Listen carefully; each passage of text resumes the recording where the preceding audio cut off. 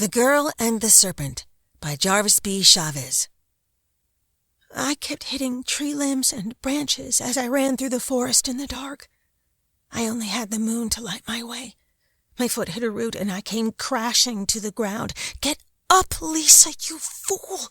They are right behind you," I thought to myself. I heard the heavy footsteps of the ones chasing after me, getting closer. I got up and ran. I had finally reached the edge of the forest and a clearing. At the other end, I saw a small 2-story house. I ran towards it without even thinking. I ran up the stairs to the porch and started pounding on the door. "Help me! Help me!" Shit! There's probably no one home. I grabbed a small potted plant off the windowsill and broke one of the windows. I jumped through into what seemed like a living room. As I got up off the floor, a light came on, and I found myself staring up at a large figure looming over me. It was a cool summer afternoon when I found myself in criminal court. "They were monsters, I tell you," I heard a man being led out of the courtroom by a county marshal yell out. "Hey, Parker, how you doing?" said the deputy to me. "I'm doing fine, Deputy McRaney. Who you got there?" "This is Billy Joe. He keeps ranting and raving some nonsense about running into a group of monsters last night by the lake." A wide-eyed Billy Joe turned to me and said, "Look, mister, I ain't crazy.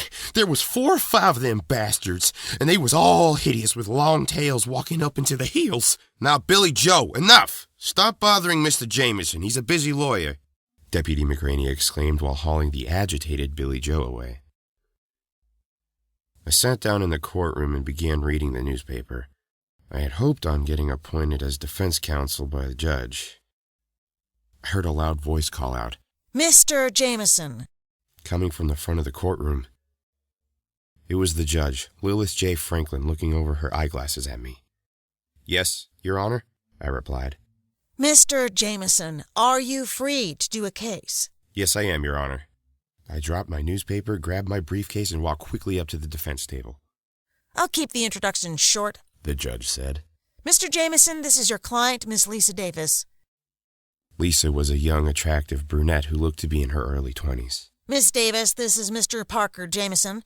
I am appointing him as your defense lawyer, and last but by no means least, this is Miss Julie Piekarski from the District Attorney's Office. Miss Piekarski, let's start with you." "Yes, thank you, Your Honor. Miss Davis is charged with 1 count of destruction of property for a window and 1 count of criminal trespass to the home of a Mr. and Mrs. Hickey." I immediately interrupted. "Your Honor, can I have a few minutes to confer with my client before proceeding? I literally just got this case." "Don't worry, Mr. Jameson. I am going to do you one better. I am going to give you 3 weeks to confer with your client and prepare her case, or possibly work something out with Miss Piekarski. That's it, people. See you in 3. She banged her gavel. "Call the next case," she yelled out. I pulled Lisa aside in the hall and formally introduced myself. "We need to sit down and go over your case." As soon as we stepped into my office, I sat down at my desk and quickly went over the police report. She was 23 years old, an orphan and a part-time office temp. I promptly read the arresting officer's statement. I pulled out a fresh legal pad. I turned to my new client. "So, tell me what happened." Lisa admitted she did break the window and entered without consent, but it was to escape from being raped, or worse. She was taken just before entering her trailer by 2 unknown men. Their biker jackets had the words "Dead Riders" across the back. They tied her up and took her to their camp in the woods. She managed to untie herself when the men left to get some supplies. She ran for her life through the woods. They saw her go and chased after her. That's when she stumbled onto the small farmhouse, broke in, and was caught by the owner. He called the police. I put my hand on hers and looked her in the eyes.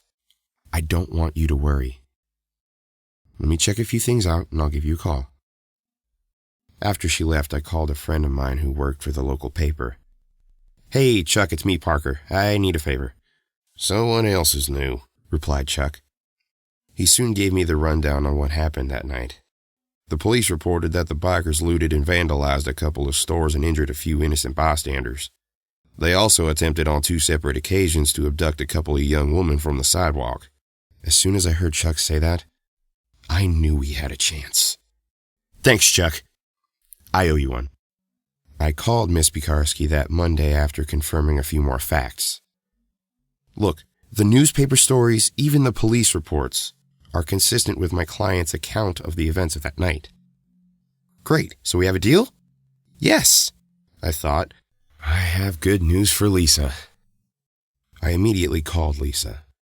That afternoon we met in her tiny trailer. That's fantastic. The best news I've had all day. Lisa exclaimed excitedly. She hugged me around my neck. I was surprised by the response. She pulled back and said, I'm sorry. I just really needed a win for a change. She quickly wiped away a small tear. She looked up and smiled. This is the beginning of good, no, great things to come. After so much bad luck, this case is getting dismissed, and I finally have enough money saved to get the hell out of this godforsaken town. I feel like celebrating. She hugged me again, then gave me an open-mouthed kiss that nearly stopped my heart. If you're real nice, I'll let you buy me dinner, she said. I was still shocked by the kiss.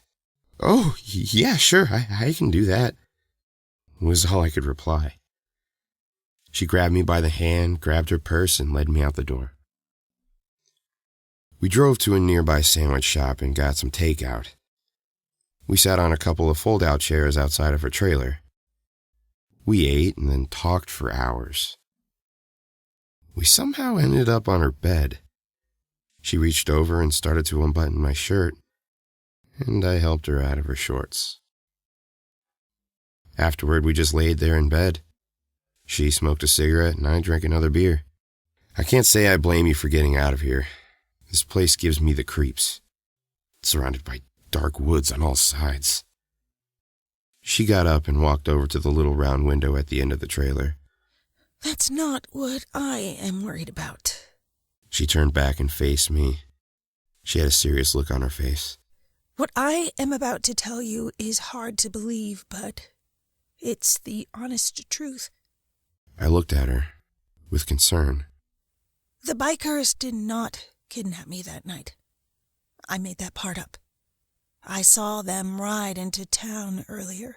I even witnessed one of them trying to snatch a teenage girl from the sidewalk. I took my chances and lied because no one would believe the truth.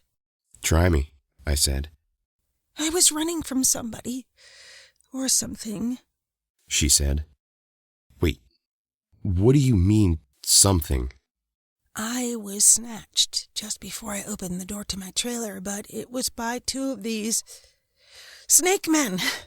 They were shaped like men, but they were covered in the scales of a reptile or snake. They also had these long, creepy-looking tails and were very strong. They dragged me, kicking and screaming, into the woods. At one point, they stopped in the middle of the forest and began fighting amongst themselves. I got the impression it might have been over me. That's when I took advantage and ran away.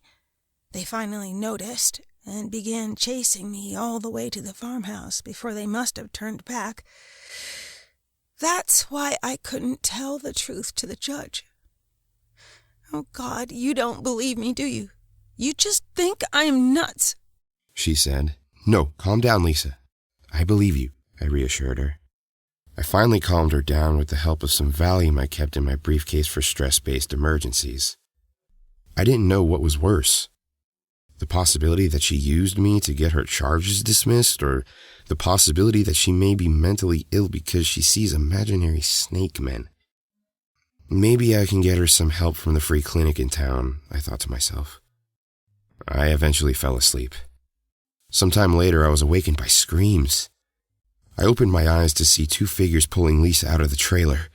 I ran out the door behind them. It was in the glow of the moonlight. I saw what these 2 figures were. They were exactly how Lisa described them. They were snake men. Some sort of humanoid figure with scales and a head that reminded me of a copperhead snake. Lisa was yelling her head off for me to help her. I ran and tried to grab one, but it was cold and slimy, and I lost my grip. One of them let go of Lisa and turned around. He discharged a mist from his mouth. My eyes immediately began to burn. I tried to wipe the moisture from them. That's when the thing attacked me and I fell to the ground. The burning sensation in my eyes faded, and I could see clearly. I caught my breath and charged at them again. I landed a punch to the face of one of them and knocked it to the ground. I then felt something whip me off my feet. The other one of those things used its tail on me. As I was getting up, I looked and saw one jump towards me. It all went black. I just remember waking up as the sun began to rise. I picked myself up and quickly called out Lisa's name. I ran back to the trailer and found no sign of her. I walked out of Judge Franklin's courtroom, still feeling a little shaky. I had shown up for the scheduled court date and acted surprised when Lisa did not show up. I lied and told the judge I had not seen or heard from her in a week. She must have believed me, because she shrugged her shoulders and issued a bench warrant for her arrest for failure to appear.